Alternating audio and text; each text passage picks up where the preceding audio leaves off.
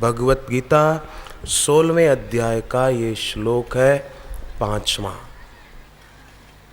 साथ में सभी बोले, दैवी संपत्ति मोक्षाय, दैवी संपत्ति मोक्षाय, निबन्धायासुरीमतः, निबन्धायासुरीमतः, मा शुचः संपदं दैवी, मा शुचः संपदं दैवी, अभिजातोऽसि पाण्डवः, अभिजातोऽसि पाण्डव। ये वचन किसने कहा है? बोलो तो। ये श्लोक किसने कहा है? हाँ, भगवान कृष्ण ने कहा है। किसको कहा? केवल अर्जुन को ही नहीं कहा, अर्जुन को निमित्त बनाकर हम सबको कहा है, हम सबके लिए। क्या इसका अर्थ क्या होता है? दैवी संपत्ति विमोक्षाय। अर्जुन, दैवी संपत्ति वो मोक्ष दिलाने वाली है, दुखों से, झंझटों से, तकलीफों से, सबसे मुक्ति दिलाने वाली है दैवी संपत्ति, जन्म मरण से। और आसुरी संपत्ति भगवान ने कहा वो बंधन में, दुखों में, कष्टों में डालने वाली है। आसुरी संपत्ति क्या है? दंभो दर्प अभिमानश्च, दंभ करना, दिखावा करना, किसी को प्रभावित करने के लिए। दर्प, दर्प का अर्थ होता है घमंड करना, किसी वस्तु को लेकर घमंड होता है ना। और अभिमान किसको बोलते हैं? घमंड और अभिमान में थोड़ा फर्क है। अभिमान होता है पद प्रतिष्ठा को लेकर, मैं फलाना, मैं फलाना, मैं अमुक, मैं अमुक। और घमंड वस्तु को लेकर। तो दर्प ये आसुरी संपत्ति है, अभिमान आसुरी संपत्ति है। तो भगवान कृष्ण कहते हैं ये आसुरी संपत्ति बंधन में डालने वाली है और दैवी संपत्ति मोक्ष दिलाने वाली है, दुखों से, कष्टों से। अर्जुन, तेरे अंदर तो दैवी संपत्ति है, इसीलिए माँ शुचः संपदम दैवीम अभिजातोऽसि पांडवः। हे पांडव, तुझे चिंता करने की जरूरत नहीं है। बुद्धिमान कौन और मूर्ख कौन? बुद्धिमान वो है जो भगवान की सत्ता और भगवान की महत्ता को स्वीकार करके उन भगवान से जुड़े हुए संबंध की याद करे, वो बुद्धिमान है। कि शरीर तो कुछ वर्ष पहले जन्मा और कुछ वर्षों के बाद मर जाएगा, परंतु फिर भी जीव का भगवान के साथ का संबंध कभी मरता नहीं, टूटता नहीं। पर शरीर और संसार की सत्ता महत्ता को स्वीकार करके उससे संबंध जोड़ना ये मूर्खता का लक्षण है। मूर्ख आदमी शरीर को ही सजाए संवारे, वो ना समझ है, वो आसुरी संपत्ति में उलझा हुआ मूढ़ व्यक्ति है। एक सज्जन ने बताया, महाराष्ट्र के औरंगाबाद में रहते हैं। बोले पहले मैं बहुत बीमार रहता था, 2 ऑपरेशन भी कराए थे, फिर भी पीड़ा बहुत थी। पेन किलर के इंजेक्शन और पेन किलर टैबलेट रोज लेनी पड़ती थी। इंजीनियरिंग में अच्छे नंबर आने पर भी मुझे कोई अच्छी सर्विस भी नहीं मिल पाई थी, परंतु भगवान की ऐसी कृपा हुई कि मेरे सौभाग्य का सूरज उदय हुआ। मुझे बापू के चरणों में जाने का अवसर मिला सूरत में, और दीक्षा भी मिल गई। मंत्र जप करने लगा तो शारीरिक रोग दूर होने लगे, पेन किलर बंद हो गई और सब दवाइयाँ भी बंद हो गई। केवल गोचरण अर्क, वज्र रसायन, आंवला चूर्ण आदि का सेवन किया, शरीर का रक्त भी शुद्ध करता है। और आंवला एक ऐसा फल है, उसको सुखाने पर, कूटने पर उसका गुण धर्म नष्ट नहीं होता है।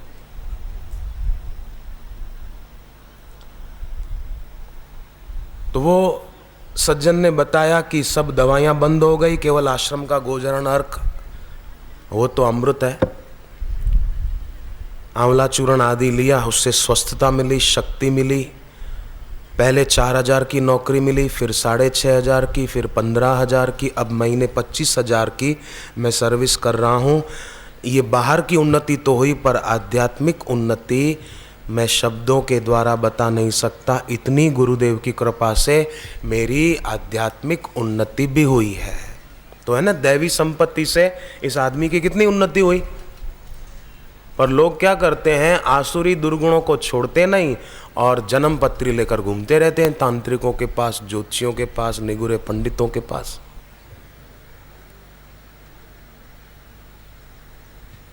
ऐसा न करके दैवी संपत्ति को बढ़ाने में लग जाएं, फिर देखो क्या होता है। दूसरी एक बहन धर्मिष्ठा पटेल, उसकी सहेली किरण की शादी हुई सूरत में। पति को किसी ने कुछ कहा और पति पत्नी के बीच मनमुटाव हुआ। पति कहे कि हमारे छूटाछेड़ा करवा, तारी जोड़े रहेज नहीं, पर पत्नी नहीं चाहती थी। तो पति ने एक तांत्रिक के पास जाकर उसको पैसे दिए और मैली विद्या का जादू टोना करने को कहा कि ताकि मेरी पत्नी मुझसे अलग हो जाए। तो सूरत का रहने वाला वो तांत्रिक अपने कमरे में गया, थोड़ी देर के बाद बाहर आया और बोला कि आप जिनके लिए विधि कराने आए हो मैली विद्या की, उस महिला की रक्षा कोई दैवी शक्ति कर रही है और उस दैवी शक्ति के आगे मेरी मैली विद्या की दाल नहीं गल रही। आप पैसे वापस ले जाओ, मैं उसका कुछ नहीं बिगाड़ सकता। दैवी संपत्ति मोक्षाय निबंधाया सुरीमताः मां शुचः संपदम दैवीम अभिजातोसि पांडव। तो जिसके भीतर दैवी संपदा होगी उसका कभी भी कोई कुछ बिगाड़ नहीं सकता। न वासुदेव भक्तानाम अशुभम विद्यते क्वचित। गाओ खुलकर श्री हरि नाम, हरि कीर्तन सब शुभ का धाम। नाम कीर्तन साधन एक, कली में नहीं है योग विवेक। करो कीर्तन सहित उमंग, होवे सब भव बंधन भंग। सब दुख कष्ट नष्ट हो जाए, कोई झंझट न रहे, रहती भी नहीं है। भवसागर सब सूख गयो है, फिकर नहीं मोहे तरनन की। मोहे लागी लगन गुरु चरणन की। ऐसा मीरा की तरह हमारा अनुभव हो जाएगा।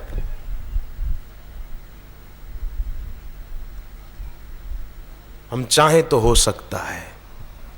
एक महिला का पति उसको खूब डांटता फटकारता था।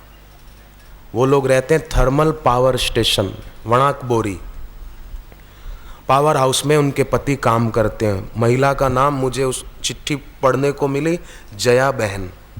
तो पहले बोले पति बहुत शराब पीते और मारते थे, तब दीक्षा भी नहीं ली थी। फिर भी गोधरा में जो आश्रम है वहाँ जाते थे और वरदादा की परिक्रमा करते थे, पाठ करते थे श्री आशा रामायण के।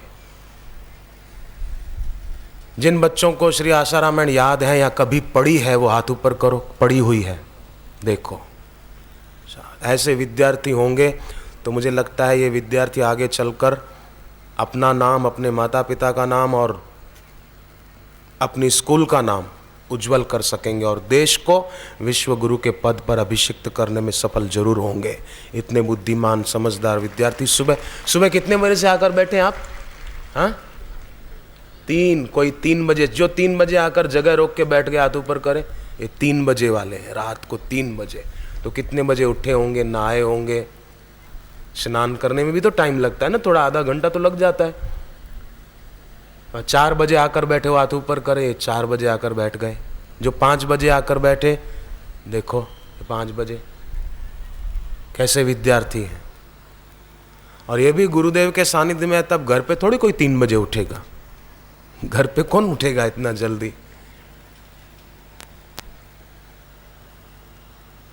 तो संसार में कहीं भी देखो तो आप हर जगह स्वार्थ मीत सकल जग माही।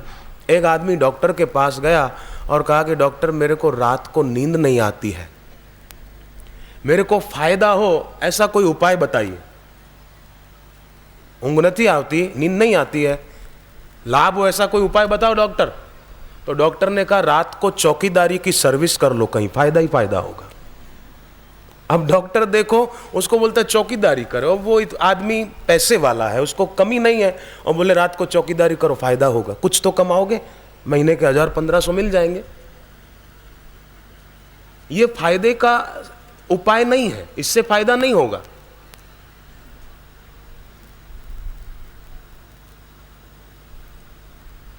फायदा तो भगवान नाम से होगा। नाम जप करें ना उस आदमी को अनिद्रा का रोग नहीं होगा, अगर है तो मिट जाएगा, कईयों का मिट गया है। तो उस महिला ने बताया कि मैं गोधरा आश्रम जाती, बड़दादा की परिक्रमा करती, श्री आशा रामायण के पाठ करती, बापूजी को कहती मन ही मन कि मेरे पति को सद्बुद्धि मिले, मेरे पति को सत प्रेरणा दो बापू, ताकि उनका स्वभाव सद जाए।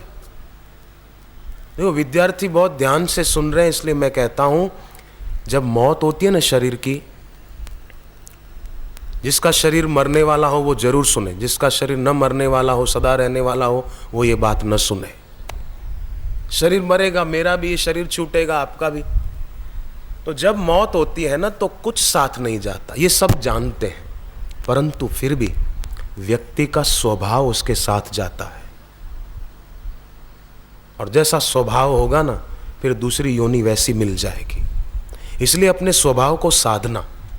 गुस्सा आता हो ना तो सतत गुस्सेबाजी नहीं बने रहना, मन में बुरे विचार विकार आते हो तो सतत वो न रहे, मन को सीख पढ़ना शुरू कर दो। पुस्तक हे मेरे मन नाम की कैसेट है बापूजी की, वो सुनना शुरू कर दो। और भी कई ध्यान की कैसेटें हैं बापूजी की, वो आप सुनिए।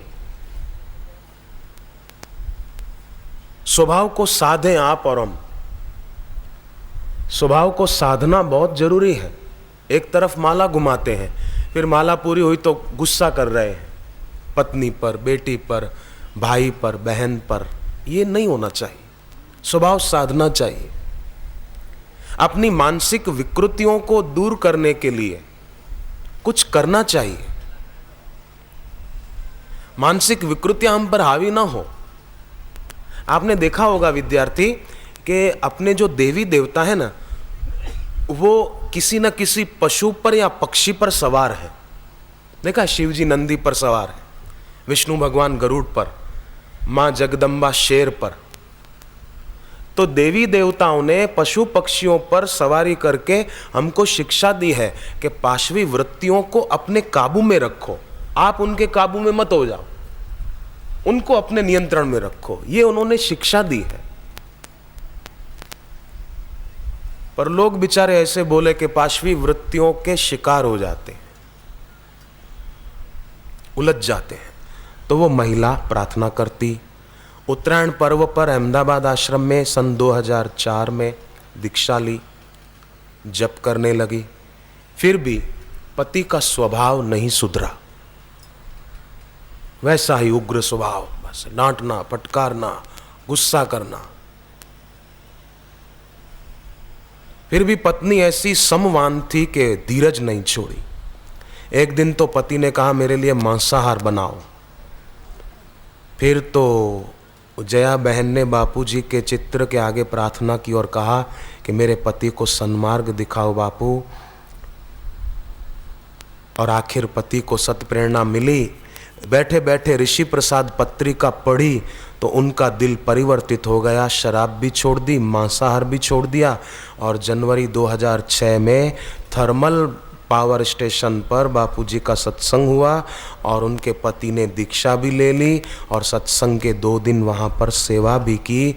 घर में आनंद का सागर उमड़ पड़ा। दैवी संपत्ति का सहारा लिया ना पत्नी ने, दुखी नहीं हुई कि हमारे घर में तो अशांति है, क्या करें, हमारे घर में बड़ी परेशानी है, हम तो दुखी हो गए। नहीं, दैवी संपत्ति मोक्षाया। आपने देखा होगा मेले में गए कभी विद्यार्थी, मेला में जाए ना विद्यार्थियों, मोटा हो घना, मेले में क्या होता है, वो चक्री होती है गोल गोल, उस पर घूमते हैं बच्चे बच्चियां, चढ़ जाते हैं उस पर, बैठ जाते हैं और वो चक्री घूमती है। तो क्या होता है, 1-2 बार चक्कर लगाने में तो मजा आता है, फिर जब ज़्यादा घूमती है ना चक्री तो फिर चक्कर आते हैं। चक्री पर घूमने पर चक्कर आते हैं, चक्कर आते तो फिर उल्टी भी हो जाती है कईयों को। बचपन में मेरे को भी हुई थी, छोटे थे तब हम भी जाते थे, कभी आप भी गए होंगे, तो फिर उल्टी हो जाती थी कई बार। फिर दोबारा नहीं बैठते थे, अरे अरे नहीं बैठना, बोले उल्टी होती है, चक्कर आते हैं, नहीं बैठना नहीं बैठना। पर लोग ऐसे हैं कि मेले की चक्री पर से तो बच्चे उतर जाते हैं, फिर बैठने की इच्छा नहीं करते। पर लोग संसार में वासना की चक्री पर ऐसे बैठ गए कि घूमते ही जा रहे हैं। फिल्म में जाना है, उधर जाना है, उधर घूमने जाना है, ये जीन्स खरीदना है, ये ड्रेस खरीदना है। एक आदमी साड़ियों के शोरूम में गया, साड़ियाँ भी थी और एक तरफ बड़े बड़े स्टोर थे, जीन्स के भी वो थे। उसने कहा कि भाई साहब ये पैक कर दो, ये साड़ी पैक कर दो, ये भी पैक कर दो। दुकानदार को तो हुआ कि बड़ी आसामी फंसी है, कोई बड़ा ग्राहक आया है, ये साड़ी भी पैक कर दो, वो भी पैक कर दी, ये भी पैक कर दो, ये जीन्स पैक कर दो, ये भी जीन्स पैक कर दो, ये टी शर्ट ये भी पैक कर दो, ये अमुक ये भी पैक कर दो, ये भी पैक कर दो। ऑर्डर बस बांधो बांधो जल्दी बांधो। दुकानदार तो नौकरों को कहकर जल्दी जल्दी बंधवाने लगा कि ऐसा ग्राहक बड़े भाग्य से मिलता है। सारा पैक हो गया, बोले अब बिल बना दूं? तो उस आदमी ने कहा नहीं, बिल नहीं बनाना है, इसको अंदर गोदाम में रखवा दीजिए, आपके गोडाउन में रख दो। बोले क्यों?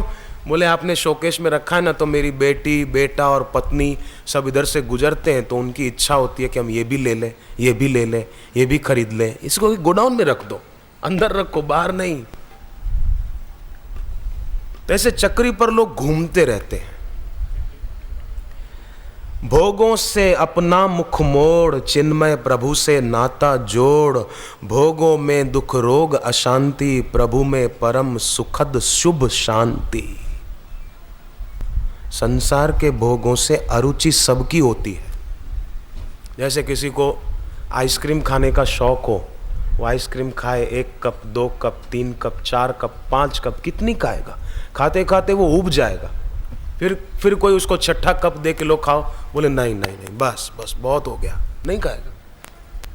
कोई आदमी वडोदरानी भाखरवड़ी खावाना बहु रसिया हो, खूब खाता हो, खूब खमण ने पात्रा खाता हो, खाए खाए खाए खाए धराई जाए एकदम। कई लोग होते हैं खाने के भी शौकीन बहुत होते हैं। एक जगह भंडारा था, एक आदमी खाने बैठा तो खाता ही जाए, तू जान बीजो आवे, तू जान बीजो आवे, बस एवी झपट बोलाई कि पीरसवा वाળાએ जोता रही गया। तो यजमान जो थे, जिन्होंने भंडारा करवाया था, वो डर गए कि ये आदमी इतना सारा खाएगा। एक पंगत खड़ी हो गई, दूसरी पंगत खाके खड़ी हो गई, पर ये उठने का नाम ही न ले। मानो ठान के बैठा था, मैं तेरे दर पे आया हूं, कुछ करके जाऊंगा। खाता जाए, खाता, तीसरी पंगत उठ गई। तब वो बोला यजमान को कि थोड़ा पानी लाना। तो यजमान को सेठ को हुआ कि लगता है अब इसका पूरा हुआ, हवे धरायो हुआ। तो पूछा उसको कि पानी लाऊं? हाँ लाऊं। तो आपका पेट भर गया? बोले नहीं, मेरे दादाजी बोलते थे कि आधा खाना हो जाए ना फिर थोड़ा पानी पिया करो। अरे बोले अभी तो तुम्हारा आधा ही हुआ। बोले हाँ, इसलिए तो पानी मंगा रहा हूं, पानी लाओ। पानी दिया, फिर खाया। आखिर उसने कहा कि बस अब बस पूरी भर गई, एक भी सीट खाली नहीं है। माने पेट भर गया ऐसा बोला, एक भी सीट खाली नहीं। तो यजमान को भी मजाक सूझी। उसने कहा कि मेरे पास गुलाब जामुन अभी हैं, बहुत बढ़िया, आपके लिए बनाए, खाओगे? बोले लाओ लाओ। खा गया। तो यजमान ने पूछा कि आप तो कहते थे बस में एक भी सीट खाली नहीं है, फिर ये सब गुलाब जामुन कहाँ गए? वो बोला कंडक्टर की सीट खाली थी। फिर यजमान को भी मजाक सूझी। बोले मैं मुंबई गया था तो सिद्धि विनायक से लड्डू लाया हूँ। मुंबई में मंदिर है सिद्धि विनायक, वहाँ से लड्डू लाया हूँ, खाओगे? बोले लाओ लाओ लाओ। वो लड्डू पूरा आखो गड़ी गयो, पूरा निगल गया। तो यजमान ने कहा भाई साहब आप तो बोलते थे कंडक्टर की सीट खाली थी, वो भी गुलाब जामुन से भर गई, अब ये लड्डू कहाँ गया? बोले तुमको पता नहीं पागल कहीं के, कोई वीआईपी आदमी आता है ना तो फिर सीट खाली करनी पड़ती है। ये विनायक सिद्धि विनायक का प्रसाद है तो उसके लिए तो जगह करनी पड़ेगी। जो ज्यादा खाता है ना वो ज्यादा बुद्धिमान नहीं होता। बुद्धि नहीं इसलिए ज्यादा खाता है, बुद्धि होती तो ज्यादा खाता ही नहीं। उनकी प्रतिभा का विकास नहीं हो पाता जो ज्यादा खाते हैं। इसलिए भोजन अति न करें, यथा योग्य। तो संसार के भोगों से अरुचि सबकी होती है, परंतु उस अरुचि को लोग स्थायी नहीं करते हैं। खाते खाते उब जाते हैं, पर फिर 5-6 घंटे के बाद बोले हाँ अब तो यही खाऊं, अब फरी भजिया खाऊं, फरी आ खाऊं। तो अरुचि को स्थायी नहीं करते, और भोगों से जो क्षणिक सुख मिलता है उस रुचि को स्थायी कर देते हैं कि इसमें मजा है। खाने से, जीभ पर कोई टेस्टी वस्तु रखने से जो एक क्षण का स्वाद का मजा आता है उसको स्थायी कर देते हैं कि बस इससे मजा आएगा। अमुक वेफर से मजा आएगा, अमुक चिप्स से मजा आएगा, अमुक पेप्सी से मजा आएगा। इस भोग की रुचि को स्थायी कर देते हैं, और भोगों के बाद जो अरुचि होती है उसको स्थायी नहीं करते। और बापूजी की वाणी सुनने से जो ईश्वर में प्रीति होती उसको स्थायी नहीं करते हम लोग। अगर इसको स्थायी कर ले तो फिर कहना ही क्या, फिर तो लभते ब्रह्म निर्वाणम ऋषयः क्षीण कल्मषः।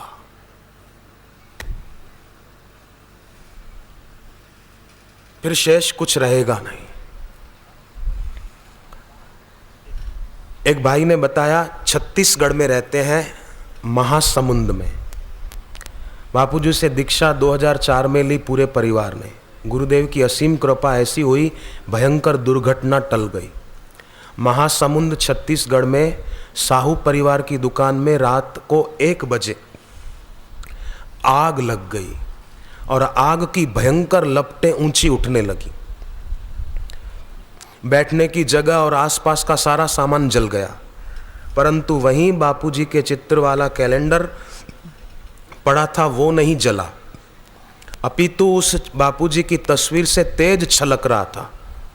और सारा सामान जल गया, परंतु कैश बॉक्स में रखे हुए रुपए नहीं जले और सामान भी नहीं जला। बाहर भीड़ जो इकट्ठी हुई थी वो देखते रह गए, और पुलिस वाले भी देखते रह गए, और कहा आप कौन से देव को मानते हो? हमने कहा हम गुरुदेव को मानते हैं और उनके नाम का जप करते हैं, भक्ति करते हैं। सुबह जल्दी उठकर सूर्य को जल दिए बिना मुंह झूठा नहीं करते हैं। कई लोग सुबह उठ के बस चाय पीते हैं, आयुर्वेदिक चाय पीते हैं। आयुर्वेदिक चाय पीनी चाहिए, पर सूर्य को जल दिए बिना नहीं। इतने अधीर न बने कि बस चाय पीनी ही पड़ेगी। घણા લોકો ઠંડીના દિવસો આવે ને તો પાછા બોલે કે બહુ ઠંડી છે, બહુ ટાઢવાય છે, બહુ ઠંડી છે। પાછા કહે કે ઠંડી હાડકામાં પેસી ગઈ છે। ઠંડી હાડકામાં ક્યાંથી જતી રહે? પછી કે લાવ ચા પીવું તો જ ઠંડી હાડકામાંથી બહાર નીકળશે। આ તો ચા પીવાના બહાના છે, બીજું કંઈ નથી। सावधान। स्वर्ण घड़ियां कदाचित तुम खो चुके हो, अब न खोना। तो अपने जीवन में खास ध्यान में रखें, जो शरण गुरु की आया, इहलोक सुखी परलोक सुखी। जो शरण गुरु की आया, इहलोक सुखी परलोक सुखी। इहलोक सुखी परलोक सुखी। इहलोक सुखी परलोक सुखी। मुक्ति का आधार गुरु है, मुक्ति का आधार गुरु है। करते भव से पार गुरु है, करते भव से पार गुरु है। मन में जो इन्हें बिठाया, इहलोक सुखी परलोक सुखी। मन में जो इन्हें बिठाया, इहलोक सुखी परलोक सुखी। हरि ओम हरि ओम हरि ओम हरि ओम हरि ओम हरि ओम हरि ओम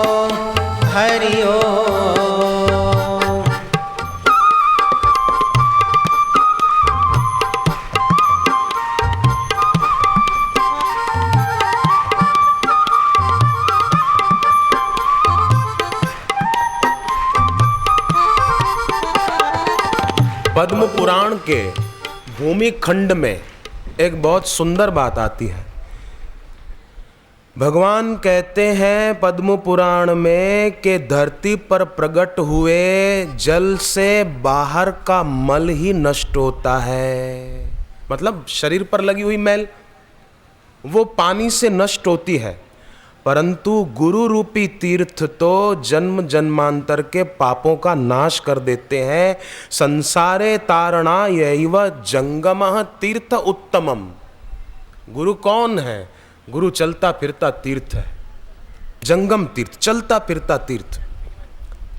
भागवत के 7वें स्कंद में नारद जी कहते हैं गुरु कौन? बोले भगवान वासुदेव की चल मूर्ति। मंदिर में भगवान की अचल मूर्ति, वो मूर्ति एक जगह स्थिर है। और गुरुदेव कौन? बोले भगवान वासुदेव की चल मूर्ति है। संसार में जीवों का उद्धार करने के लिए आत्मज्ञानी गुरु वो चलता फिरता तीर्थ है। एक परिवार के लोगों ने बताया, पंजाब में रहते हैं वो लोग, बोले हमने बापूजी से दीक्षा ली 25 फरवरी 2001 लुधियाना आश्रम में। 1996 में एसडी स्कूल के ग्राउंड में शिव पुराण की कथा कोई कथाकार कर रहे थे, वो कथा सुनी। कथा मंडप के बाहर स्टॉल पर बापूजी का साहित्य मैंने ले लिया और कैसेट भी ले ली। साहित्य पढ़ा, कैसेट सुनी, तो मन में ये इच्छा थी कि मुझे दीक्षा ऐसे ब्रह्मज्ञानी गुरु से ही मिलनी चाहिए। उन्हीं दिनों सुबह 3:30 बजे के आसपास स्वप्ने में शिवजी के दर्शन हुए, क्योंकि बचपन से शिवजी को इष्ट मानते थे। तो शिवजी के दर्शन स्वप्ने में हुए, और ये इसको मैं झूठ नहीं मानता हूं, ये सत्य है, सच्चाई है इस बात में। जिन देवों को, देवी को, गुरु को हम मानते हैं ना श्रद्धा से, उनके स्वप्न में दर्शन होते हैं। शिवजी के भी, कृष्ण भगवान के भी।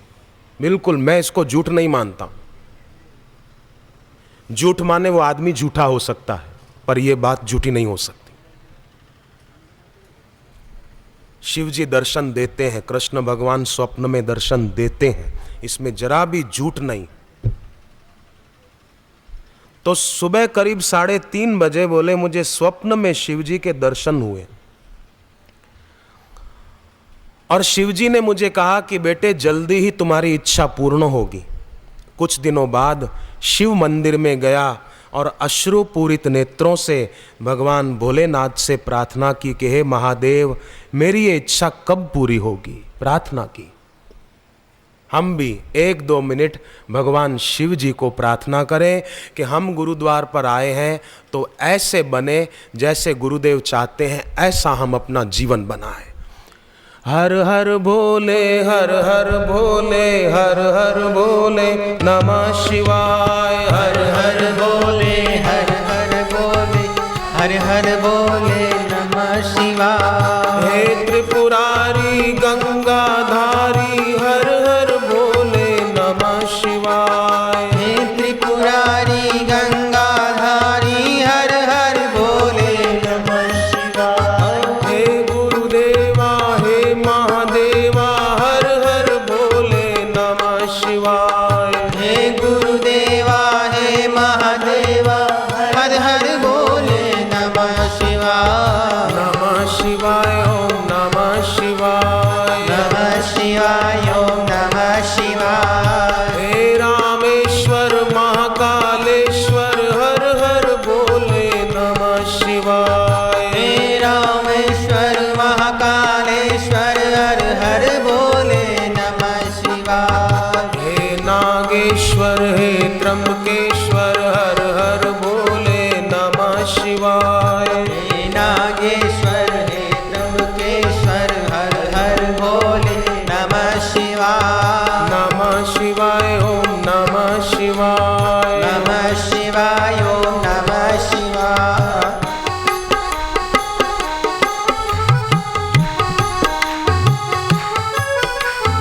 शिव जी के मंदिर में वो भक्त प्रार्थना कर रहे हैं, पंजाब में फिरोजपुर के तरफ। हे महादेव, मेरी ये इच्छा कब पूर्ण होगी ब्रह्मज्ञानी बापूजी से दीक्षा लेने की। प्रार्थना करके घर गए।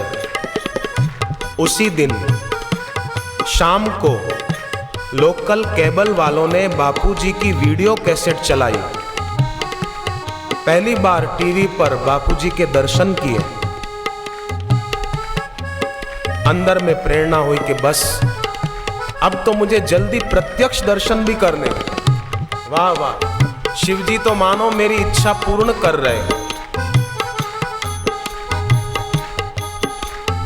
अमरनाथ कैलाशनाथ जय हर हर भोले नमः शिवाय। अमरनाथ कैलाशनाथ जय हर हर भोले नमः शिवाय। हर हर भोले हर हर भोले हर हर भोले नमः शिवाय। हर हर भोले हर हर भोले हर हर भोले नमः शिवाय। सोमनाथ केदारनाथ जय हर हर भोले नमः शिवाय। सोमनाथ केदारनाथ जय हर हर भोले नमः शिवाय। विश्वनाथ जय वैद्यनाथ जय हर हर भोले नमः शिवाय। विश्वनाथ जय वैद्यनाथ जय हर हर भोले नमः शिवाय। नमः शिवाय ओम नमः शिवाय। नमः शिवाय ओम नमः शिवाय।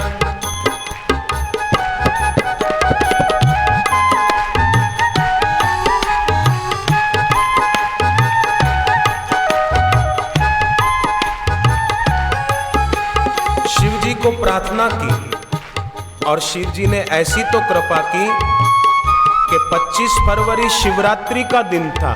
शिवरात्रि के दिन ही बापूजी से दीक्षा मिल गई। बचपन से शिव जी को इष्ट मानते थे। शिव पुराण की कथा सुनी, सत्संग की कैसेट बापूजी की मिली। इच्छा हुई दीक्षा की तो शिव जी ने शिवरात्रि को ही दीक्षा दिला दी। कैसी कृपा, भक्त की भगवान इच्छा पूरी करने के लिए बरसाते हैं।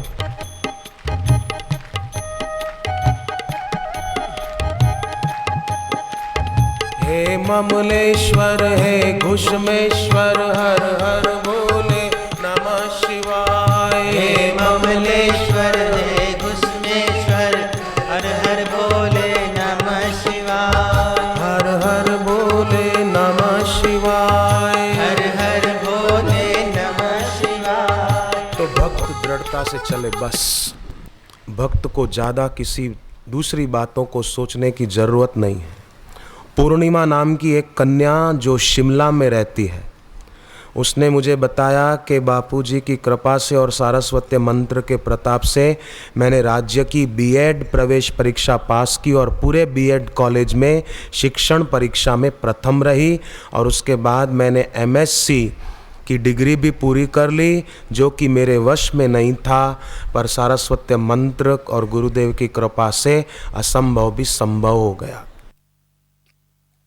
दूसरी एक बहन ने बताया, उन बहन का नाम वर्षा बहन, अहमदाबाद में रहती है, शीलज गांव। 7वीं क्लास में थी तब सारस्वत मंत्र की दीक्षा ली थी और बोले सारस्वत मंत्र जपने से याद शक्ति बढ़ी। मेरी भी बढ़ी, मैं रोज जपता हूँ, आज भी जपा है। सारस्वत मंत्र मैं रोज जप करता हूँ, रोज। नवरात्रि के दिनों में तो खूब करता हूँ, ज़्यादा माला करता हूँ सारस्वत मंत्र की। आप भी नवरात्रि के दिनों में सारस्वत मंत्र ज़्यादा जप कीजिए। हो सके तो सारस्वत मंत्र का अनुष्ठान नवरात्रि के 9 दिन में कीजिए। देखो फिर सारस्वत मंत्र का चमत्कार नवरात्रि के 9 दिनों में करना। तो उस बहन ने बताया याद शक्ति बहुत बढ़ी। पहले 60% और 65% अंक ही पाती थी, परंतु मंत्र जप के प्रताप से अब 12वीं में मुझे 90% अंक प्राप्त हुए और 6,000 रुपये का पुरस्कार भी मिला। 90% आए, कहाँ पहले 60 और 65 आते थे, अब 90 तक पहुँच गई और 6,000 का पुरस्कार। एक दूसरी कन्या ने बताया वो डीएवी स्कूल रोहिणी में पढ़ती है। बापूजी की कृपा से बोले बोर्ड सीबीएसई में 90% अंक आए।